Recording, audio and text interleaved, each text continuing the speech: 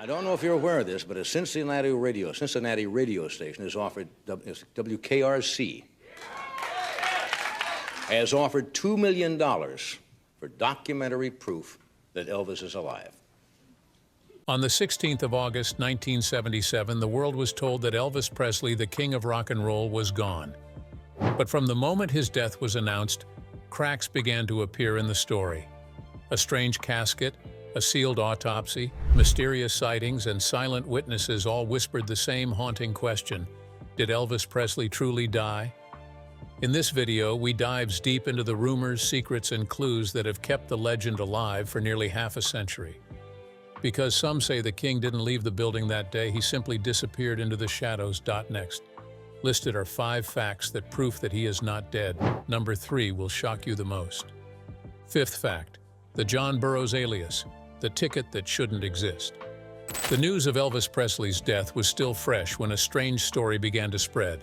It started quietly, just a whisper from an airport employee, then a rumor among devoted fans. But soon it became something much bigger.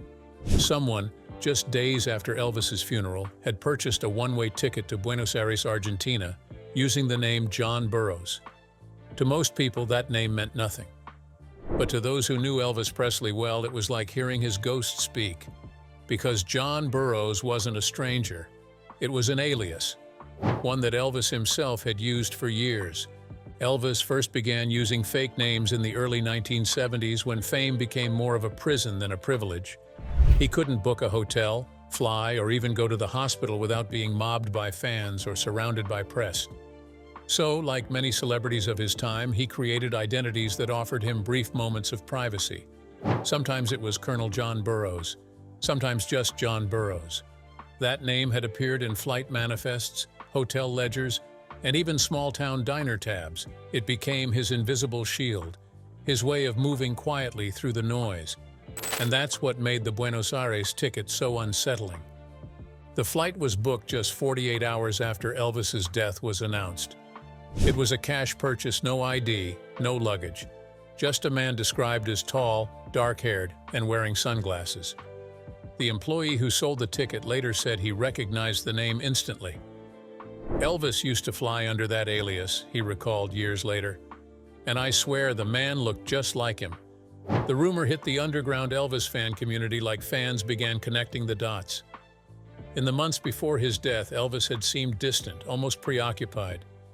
Friends said he talked about wanting a new life somewhere peaceful. He'd grown tired of touring, tired of cameras, tired of being trapped by his own fame. He once joked to a friend, "Sometimes I think I'll just go away and come back when they least expect it." No one thought he meant it literally. And if he wanted to vanish cleanly, he had everything he needed: wealth, connections, private jets, and most importantly, a secret identity already known to few: John Burroughs. In 1979, a former airline manager stepped forward claiming that the mysterious passenger boarded that Buenos Aires flight in Memphis only hours after Elvis's body was buried. According to his statement, the man used a heavy beard and dark glasses but spoke in a soft Southern accent. When asked where he was headed, he reportedly smiled and said, "Somewhere peaceful, friend." The manager said the voice made his hair stand on end. He was convinced it was Elvis. Skeptics, of course, laughed it off. They said anyone could have used the alias, but that explanation didn't erase the timeline.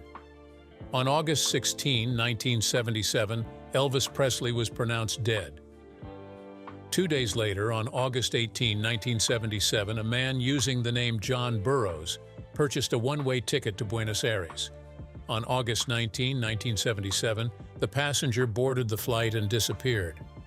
No further trace of that name appeared again. No further trace of that name appeared again. Years later, a journalist from the UK tracked down an American expatriate community in Argentina and uncovered another twist. Several locals recalled a mystery man who moved into a quiet villa outside Buenos Aires in late 1977. He was polite, private, and always wore tinted glasses. He spoke with an American accent and loved gospel and blues music. He was known to them only as Mr. Burroughs. When shown photos of Elvis Presley, 2 of them said the resemblance was unreal. Some claim they've heard of a man singing there in private gatherings, voice deep, familiar, and heartbreakingly similar to the King's. By the 1990s, the story had taken on a life of its own. Documentaries explored the John Burroughs alias in depth, showing old airline records, receipts, and signed hotel logs bearing that name. Handwriting experts even compared the signatures to Elvis's. The loops, curves, and pressure points were eerily similar. Some handwriting analysts claimed that only Elvis himself could have produced the style. The flourish of the B, the long tail of the S. The results were inconclusive, but not dismissive. No proof ever surfaced. No photos, no passport, no confession dot.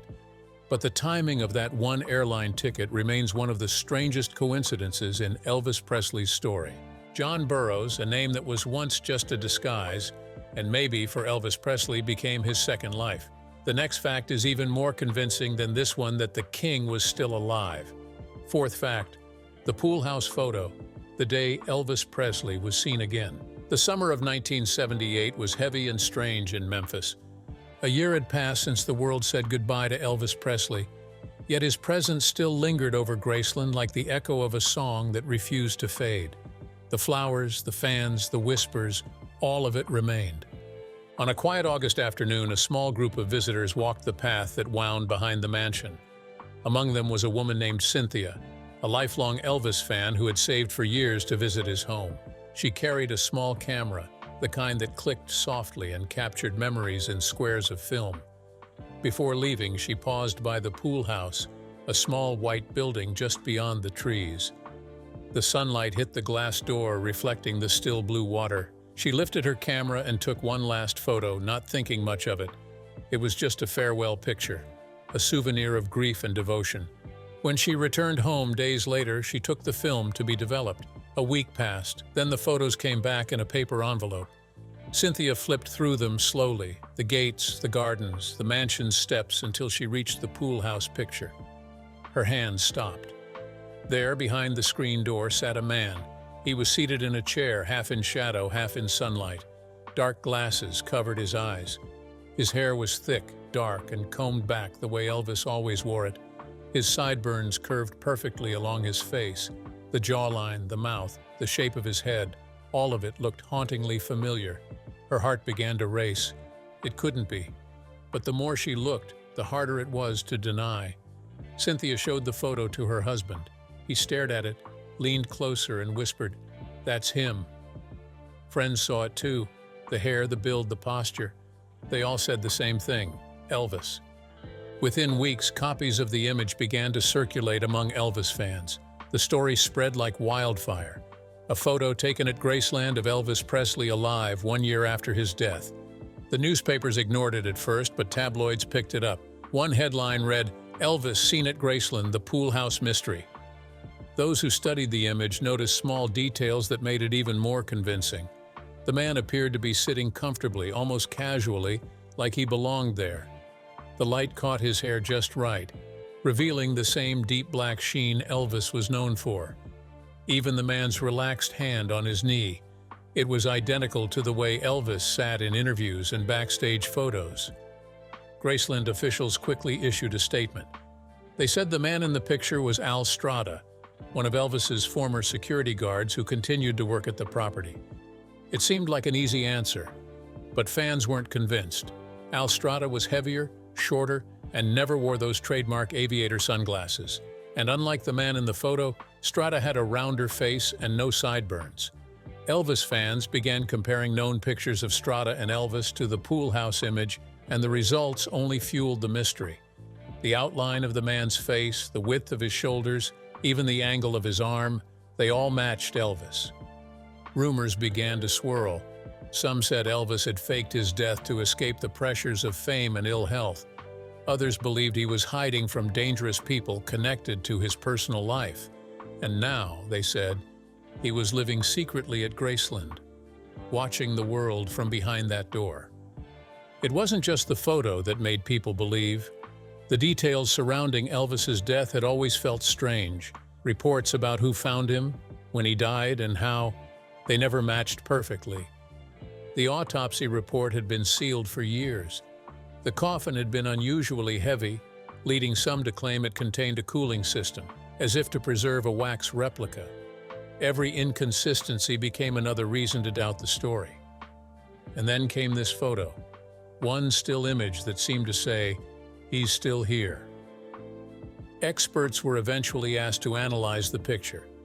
Technology in the 1970s wasn't advanced, but even later digital enhancements didn't debunk it. The man's features lined up too neatly with Elvis's. No one could prove it was fake, and no one could confirm it was real. Meanwhile, fans visiting Graceland started claiming eerie experiences. Some said they saw a silhouette near that same pool house window, usually late in the afternoon, sitting just like the man in the photograph. A few even heard faint humming, a deep, gentle voice drifting across the yard. Decades later, the photo still exists. The details are faded now, but the outline of that seated figure remains clear enough to raise goosebumps. It's the kind of image that makes you stare longer than you should, waiting for the man behind the door to move, to tilt his head or lift his hand in a small wave. No one ever proved it was Elvis. No one ever proved it wasn't. The next fact is the most intriguing of all. Stay tuned. Third fact, the FBI files, the king who knew too much. By the late 1970s, Elvis Presley was more than a musician. He was an American icon. His fame stretched from Hollywood to Washington, his influence touching every part of pop culture. But behind the glitter and rhinestones, whispers began to grow. Whispers that Elvis Presley's death wasn't just about failing health or prescription medicines. It was about something bigger, something connected to the FBI. The theory began quietly, like most Elvis conspiracies do. A few small details hidden inside government archives, a name redacted in a report, a vague reference to a celebrity informant who helped federal agents infiltrate criminal circles in the 1970s. Soon, fans began asking one bold question. Did Elvis fake his death to enter witness protection? Elvis had always been fascinated by law enforcement. He collected police badges the way other stars collected jewelry. He knew local sheriffs, FBI agents, and narcotics officers across America. When he met President Richard Nixon in 1970, he didn't just want an autograph, he wanted a badge. That meeting is real. There are photos of Elvis shaking Nixon's hand in the Oval Office, dressed in a purple velvet suit and gold belt buckle, asking to be made a federal agent at large. Most saw it as a publicity stunt, but others thought it was something more. That meeting gave Elvis what he wanted: informal cooperation with federal agencies, a line of communication to the FBI, and access to information that most entertainers would never have seen. And that's where the story begins to darken. According to the theory, Elvis's deep admiration for law enforcement led him to get involved in something dangerous unintentionally at first. By the mid-1970s, Elvis was spending time with people who weren't exactly clean.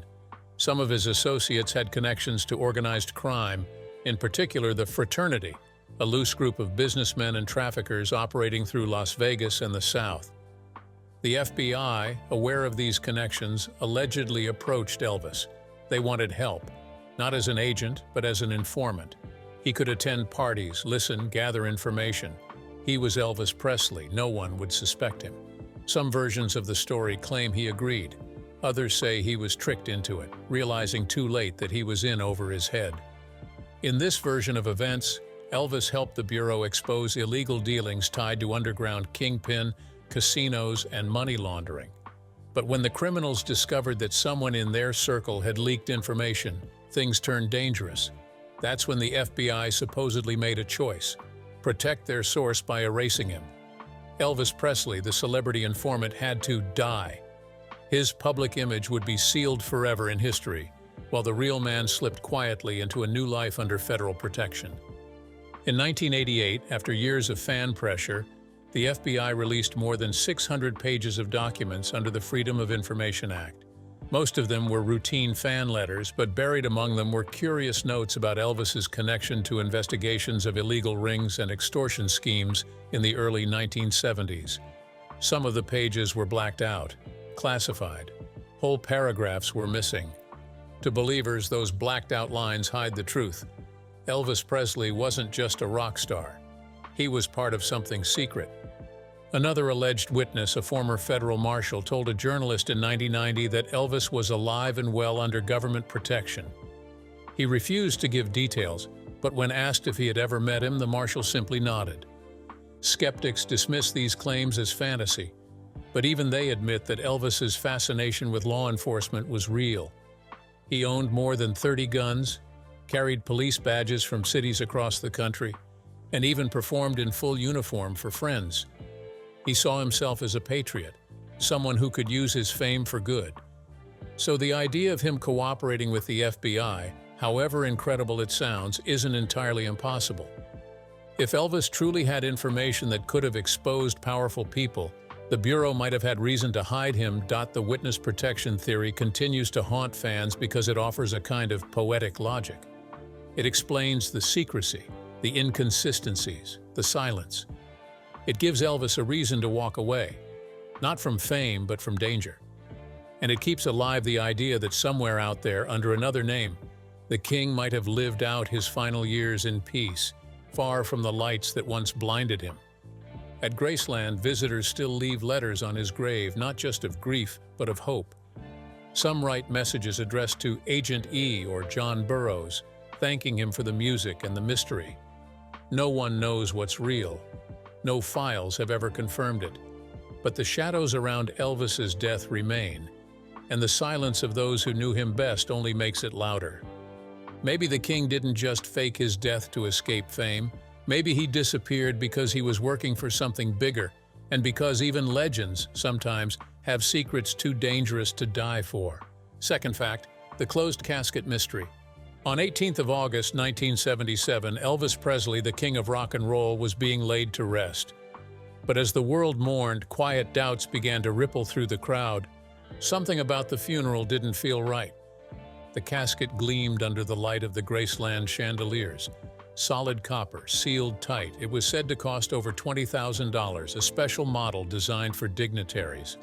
Family and close friends were allowed in first, one by one. When they looked inside, many came out shaken. They didn't want to talk about what they'd seen. Those who did speak later described something unsettling. Only a handful of family members and close friends were allowed near it. When they did, many came out looking shaken, refusing to speak about what they had seen. A few eventually did. "It didn't look like him," said Gene Smith, Elvis's cousin. "It looked too smooth, too stiff. His skin had a shine to it, like wax." Others noticed details that didn't make sense. The nose seemed slightly off, the eyebrows were wrong, the hands looked soft and pale, not like the hands of a man who had spent years gripping microphones, steering wheels, and guns. Even his famous sideburns appeared crooked, as if they had been glued on. Even the hairline seemed higher than it should have been. The funeral directors explained the strange appearance by saying the embalming process had changed his face. They blamed the heat, the humidity, the strain of his last hours. But fans weren't convinced. Elvis had been found dead only 2 days earlier. He was preserved quickly and displayed inside an air-conditioned mansion. There was no reason for such drastic reconstruction. And why, people asked, did his skin look like plastic? Elvis's lifelong friend Joe Esposito tried to calm the rumors, saying the embalming process had changed his appearance. But not everyone was convinced. One funeral worker reportedly said, "It felt like we were guarding a mannequin, not a man." Then came the most curious part, the weight of the coffin. Pallbearers noticed how heavy it was, too heavy. Nearly 900 pounds, almost double the weight of a normal casket. It took several strong men to move it. They struggled up the steps, sweating under the Memphis heat. Someone asked why it was so heavy. The answer, whispered among staff, was chilling. "It's got cooling equipment inside, refrigeration." Why would a coffin need refrigeration? To keep a wax body from melting, believers said. If it had truly been Elvis in there, why preserve it that way? The family claimed the casket was sealed for dignity, that Elvis's body had been damaged by medication and couldn't be displayed publicly. But that explanation raised even more questions. Elvis had been adored by millions. His fans expected one last look, one final goodbye to their idol. Instead, they were shown a closed copper box, guarded by men who refused to answer questions. Even reporters weren't allowed close. Vernon Presley, Elvis's father, oversaw every detail. Witnesses said he looked nervous, distracted, and avoided eye contact when asked why the casket was sealed. Later, Vernon ordered 24-hour security around the crypt, guards, cameras, alarms, as if protecting a secret. 2 weeks later, that same security detail was suddenly dismissed. No explanation given. Years later, those who attended the funeral still remember the unease. Some recall seeing a thin smile on Vernon Presley's face during the final viewing, not of peace, but of someone who knew something he couldn't say. Others swear that the air around Graceland that day didn't feel like grief, but like a performance, a grand act to close one chapter and begin another. Funeral director Bob Kendall, who helped prepare the body, later said, "It was definitely Elvis." But those who heard him speak noticed how carefully he chose his words, never explaining why the face looked so altered. When fans requested to see official photos of Elvis's body, the Presley estate refused. No coroner photos, no open viewing, no second opinions. The copper casket rests in the meditation garden, heavy, polished, and silent. But for many, it's not a grave. It's a symbol, a locked box that hides one of the greatest mysteries in American history. Maybe the king of rock and roll didn't die that August morning. Maybe he simply slipped into the shadows, watching the world from afar while the rest of us mourned a wax figure. And if that's true, then the real Elvis Presley might have been the only person in history to attend his own funeral and keep the secret forever. First fact, the missing autopsy files and Vernon's secret. It was late August, just over a week after the funeral. Vernon Presley sat alone in his study, his eyes heavy, his hands trembling slightly as he sifted through a stack of documents, legal papers, hospital reports, and a single brown envelope marked Shelby County Medical Examiner. He stared at it for a long moment. Then quietly he locked it inside a drawer. No one ever saw that envelope again. The autopsy of Elvis Presley had taken place on 16th of August, 1977, only hours after his death. Officially, the cause was said to be cardiac arrhythmia, a heart attack brought on by poor health and prescription medicine. But those who were there that day remembered something else. Dr. Jerry Francisco, the chief medical examiner, had finished the procedure within hours too fast, some said, for such a high-profile death. He spoke briefly to reporters afterward, his tone rehearsed. "Elvis Presley died of a heart attack," he said. "There was no indication of foul play, and that was it." But inside the hospital, whispers began to spread. A nurse named Deborah Reese later told friends that the report had been altered. She said she saw an assistant carrying away 2 sealed vials of blood labeled EP Do Not Discard. The samples were never logged. Another technician swore that the fingerprint chart included in the initial paperwork had been removed from the file. When he asked why, a county official told him, "It's been taken care of at the family's request." What family? Only Vernon Presley had that kind of authority. 2 weeks later, Vernon visited the medical examiner's office in person. The staff described him as tense and quiet, holding a worn leather folder. He went into the back room with Dr. Francisco and stayed for nearly an hour. When he emerged, his eyes were red. "He said everything's fine now," recalled one clerk. "He told us not to talk to reporters, not to share details. Then he shook Francisco's hand and left." The next morning, the official autopsy report was sealed by court order for 50 years. The public never saw it. When journalists tried to request copies through the Freedom of Information Act, they were told the documents were under family restriction until 2027. That decision, made entirely by Vernon Presley, became one of the strangest moves in the entire case. Why would a father seal his son's autopsy for half a century? If Elvis truly died of natural causes, there would be nothing to hide. Unless, of course, the report didn't describe his body. Around the same time, 2 men who worked security at Graceland claimed that Vernon became paranoid after the funeral. He insisted on keeping the estate under 24-hour watch, not to protect the house, but to keep people away from the meditation garden where Elvis was buried. One of the guards, Bill E. Burke, later told a Memphis newspaper, "Vernon kept saying, 'No one goes near that grave, not even family, not for now.' He'd just sit by the window at night, staring out like he was expecting someone to return." That fall, something even stranger happened. A local journalist named Gail Brewer Giorgio, who would later write Is Elvis Alive?, claimed that an unnamed source leaked her a portion of the preliminary autopsy notes. The notes described a body weighing 170 pounds, nearly 40 pounds lighter than Elvis's last recorded weight. They also mentioned missing surgical scars Elvis had from a gallbladder operation years earlier. And the fingerprints? They didn't match. The inconsistencies multiplied. Vernon's behavior only deepened the mystery. In private, he began selling off parts of Elvis's estate, cars, equipment, even some stage costumes. He told people he needed money for legal matters that he refused to explain. Close family members noticed he avoided speaking about the burial. When someone brought it up, he would change the subject or excuse himself. At one family gathering, Elvis's Uncle Vester asked quietly, "You sure he's really in there, Vern?" Vernon looked up slowly, eyes glassy. He said nothing, just walked out of the room. In early 1979, a former Shelby County employee claimed that a duplicate death certificate for Elvis Presley had been issued under a private order. The second certificate had a different signature and a different date. When the press caught wind, the county clerk dismissed it as a clerical error. But when researchers requested access to the duplicate, the file was missing. No copy was ever found. And somewhere deep in the house, Vernon kept that locked drawer, the one with the brown envelope. When he died in 1979, it was rumored that the drawer had been emptied the week before.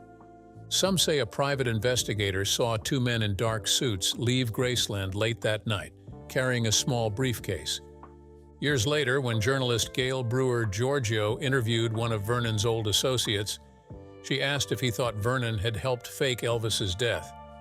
The man sighed, rubbed his eyes, and said, "Let's just say Vernon did what any father would do. He protected his boy." To this day, the autopsy report remains sealed. Even the Presley estate refuses to discuss it. Only a handful of people, 2 doctors, 1 county official, and the Presley family attorney are believed to have seen the real version, and they've all stayed silent. Now, as 2027 draws closer, the countdown to the release of those documents has begun. Fans around the world are waiting, hoping the files will finally tell the truth. Was it really Elvis on that autopsy table, or just another piece of the elaborate illusion? Because if the details don't match, if the DNA doesn't align, and if those missing scars are never explained, then maybe Vernon Presley's secret wasn't about hiding a tragedy. Maybe it was about keeping a promise to a son who wanted to live not as the king, but as a man finally free from the crown. Maybe the world never buried the real Elvis Presley. Too many things never added up. The waxy face in the casket, the sealed autopsy files, the strange flight booked under his old alias, John Burroughs. The silence of those who knew him best still speaks louder than any denial. Perhaps Elvis didn't die that August day. Perhaps he simply walked away from the chaos, leaving behind a legend that could never fade. Somewhere, far from the spotlight, the king may have found what he'd always wanted. Not applause, not fame, but peace. Maybe Elvis Presley never died. Maybe he just went home. What are your thoughts on Elvis Presley? Do you think he is still alive somewhere out there? Let us know your views in the comments. If you enjoyed this video, like and subscribe to this channel. Before you go, watch the other videos on your screen.